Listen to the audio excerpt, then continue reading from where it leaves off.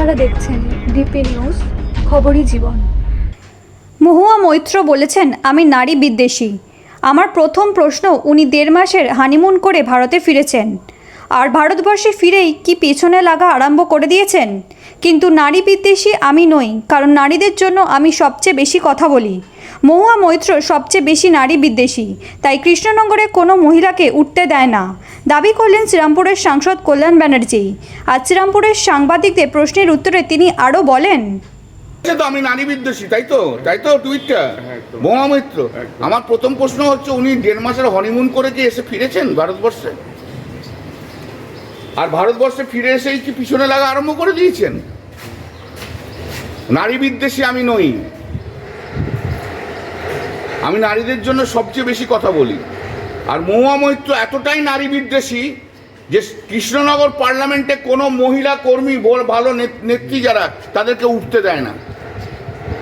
আপনি আমাকে নারী বিদ্বেষী বলছেন? 40 বছরের বিয়ে ভাঙিয়ে সেই বউকে রেখে দিয়ে তারপর আপনি এসে আরেকটা বিয়ে করলেন। তা কোন নারীর বুকে আপনি আঘাত মারলেন নিজের স্বার্থের জন্য? আর আমি নারী বিদ্বেষী?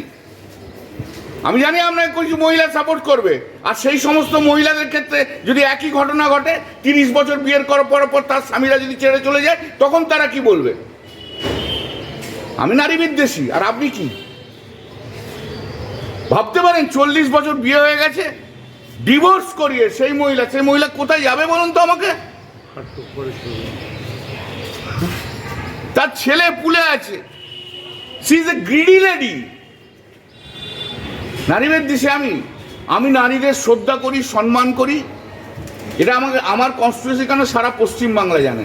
আমি একটি নারী hater, that is Mahua Moitra. I hate her. এরা কবে রাজনীতিতে এসছে? এর শুরু কি? এ তো রাহুল গান্ধীর বান্ধবী বলে তো কৃষ্ণনগরে কংগ্রেসের পলিটিক্স করতো।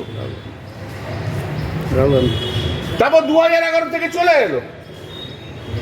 একজন সিনিয়র এমপি আমাকে বলেছিল, বা আমাদের বলেছিল সেই সময়,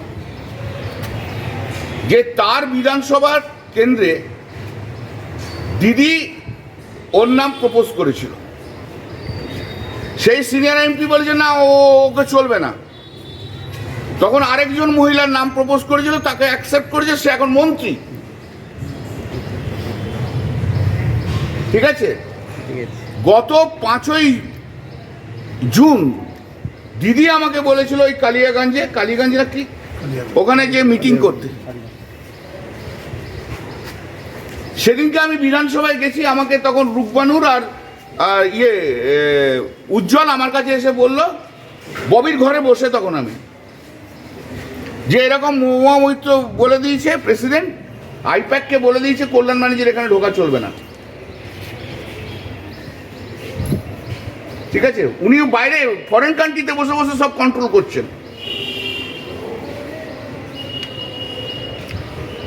তারপরে আইপ্যাক বলেছে কল্যাণ ব্যানার্জিকে আনা যাবে না, যেহেতু আমি দিদিকে যে জিজ্ঞেস করলাম আপনি কি বারণ করেছেন, ওরা বলছে যে আপনি বারণ করেছেন। তখন দিদি প্রতীকজনকে ফোন করে, প্রতীকজন বলছে যে Mahua Moitra being a president, উনি বাধা দিচ্ছেন যে কল্যাণ ব্যানার্জি যাতে না যায়, এবং আমাদের ধারণা যে উনি কল্যাণ ব্যানার্জি যদি ওখানে যায় উনি স্যাবোটেজ করবেন। এই হচ্ছে মহুয়া মৈত্র। জয়প্রকাশ মজুমদার গেছে বক্তৃতা দিতে, জয়প্রকাশ মজুমদারকে অপমান করে ছাড়িয়ে দিয়েছে ওর নিজের লোকেদের দিয়ে। ববি হাকিম গেছে, কিভাবে তাদের লোকেদের দিয়ে তাদের সঙ্গে দুর্ব্যবহার করা হয়েছে সবাই জানে। এসব 2011 পর এসছে, 2016-তে এমএলএ হয়েছে, তৃণমূল কংগ্রেসের ভালো সময় এমএলএ হয়েছে, এবং তারপর এমপি হয়েছে, এবং এমপিশিপটাকে পুরো ভেঙে খাচ্ছে। এর কাছে আমি নারী বিদ্বেষী শিল্পী হবে না। যে এই বয়সে এসে 65 বছরের বয়সের পুরুষকে আমি তাকে মনে করি না যে একে কোনো সুস্থ মনস্ক নারী বলে। এই আসল নারী বিদ্বেষী। এই নারী বিদ্বেষী কথা বলে নিজের ফায়দা লুটতে চায়।